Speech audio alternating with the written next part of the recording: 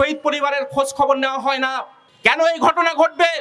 এই সরকারের প্রধান দায়িত্বই ছিল বিচার করা এবং এই আহতদের পুনর্বাসন করা, তাদের চিকিৎসা সুনিশ্চিত করা।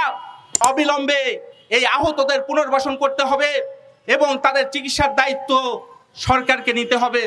6 মাস পেরিয়ে গিয়েছে, কিন্তু এখনো পর্যন্ত আমরা দেখছি সেনাবাহিনীর সেই ম্যাজিস্ট্রেসি পাওয়ার উইথড্র করা হয় নাই। আমরা অন্তর্বর্তীকালীন সরকারের কাছে বলতে চাই যে অবিলম্বে এই সেনাবাহিনী ম্যাজিস্ট্রেসি পাওয়ার উইথড্র করতে হবে।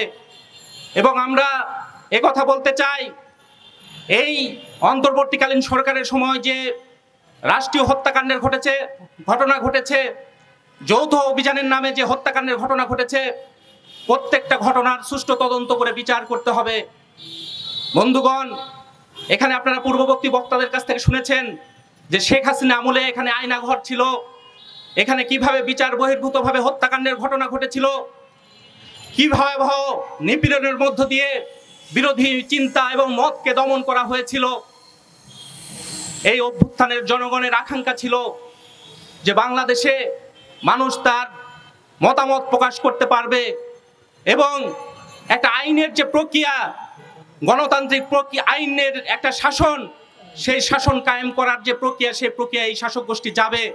কিন্তু আমরা দেখছি যে সরকার সেই প্রক্রিয়ায় হাঁটছে না, বরং তারা নানানভাবে এখানে যে ঘটনাগুলো ঘটছে সেই ঘটনাগুলোর মধ্য দিয়ে এই বিচার এবং আইনি প্রক্রিয়ায় নানানভাবে ব্যাহত হচ্ছে। ফলে এই ঘটনার আমরা তীব্র নিন্দা এবং প্রতিবাদ জানাই। বন্ধুগণ, আমরা আরেকটা কথা বলতে চাই যে গতকাল আপনারা দেখেছেন শহীদ পরিবারের মানুষরা তারা সংবাদ সম্মেলন করেছে, তারা বিচার চেয়েছে এবং বলেছে যে শহীদ পরিবারের খোঁজ খবর নেওয়া হয় না। আমরা এই ঘটনাগুলোরও তীব্র নিন্দা জানাই। যারা জীবন দিয়েছে, যাদের জীবনের বিনিময়ে আমরা শেখ হাসিনা স্বৈরাচার মুক্ত একটা বাংলাদেশ পেয়েছি, সেই পরিবারগুলোর দায়িত্ব এই সরকারের। এবং এখনো পর্যন্ত তাদের বিচার প্রক্রিয়া, এই শেখ হাসিনাকে দেশে ফিরিয়ে এনে যারা এই গণ অভ্যুত্থানে যাদের নির্দেশনায় এই 2000 মানুষ হত্যাকাণ্ডের ঘটনা ঘটেছে, তাদের বিচার করার দাবি আমরা করেছিলাম, কিন্তু এখনো পর্যন্ত সেই বিচার প্রক্রিয়া হয় নাই। ফলে অবিলম্বে এই গণহত্যাকারীদের বিচার করতে হবে, এই দাবি আমরা এই সমাবেশ থেকে জানাই। আমরা আরেকটা ঘটনার তীব্র নিন্দা জানাই। আপনারা দেখেছেন যে পঙ্গু হাসপাতালের সামনে আহত মানুষরা তারা রাস্তায় দাঁড়িয়ে প্রতিবাদ করছে, কারণ তাদের চিকিৎসা দেওয়া হচ্ছে না। চক্ষু ইনস্টিটিউটের সামনে সেখানে আহতরা সেখানে প্রতিবাদ করছে। এর আগেও আমরা দেখেছিলাম আহতরা রাস্তায় দাঁড়িয়ে প্রতিবাদ করছে। কেন এই ঘটনা ঘটবে? এই সরকারের প্রধান দায়িত্বই ছিল বিচার করা এবং এই আহতদের পুনর্বাসন করা, তাদের চিকিৎসা সুনিশ্চিত করা। অথচ সেই কার্যক্রম এখনো পর্যন্ত করা হয় নাই।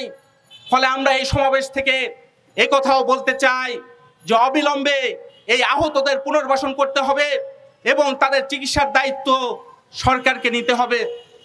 বন্ধুগণ, শেখ হাসিনা সরকারের বিরুদ্ধে আন্দোলনের আরেকটা মূল দাবি ছিল যে শেখ হাসিনা সরকার 15 বছরে মানুষের জনজীবন অতিষ্ঠিত করেছিল, সমস্ত জনগণের পকেট কাটার নানান আয়োজন করেছিল, যার কারণে আমরা দেখি দেশের টাকা বিদেশে পাচার হয়েছিল, ঋণ খেলাপিদের সংখ্যা বেড়েছিল, খেলাপি ঋণের পরিমাণ দিন দিন বেড়েছিল, সিন্ডিকেট ব্যবসায়ীরা বহাল তবিয়তে তারা দিন পার করেছে।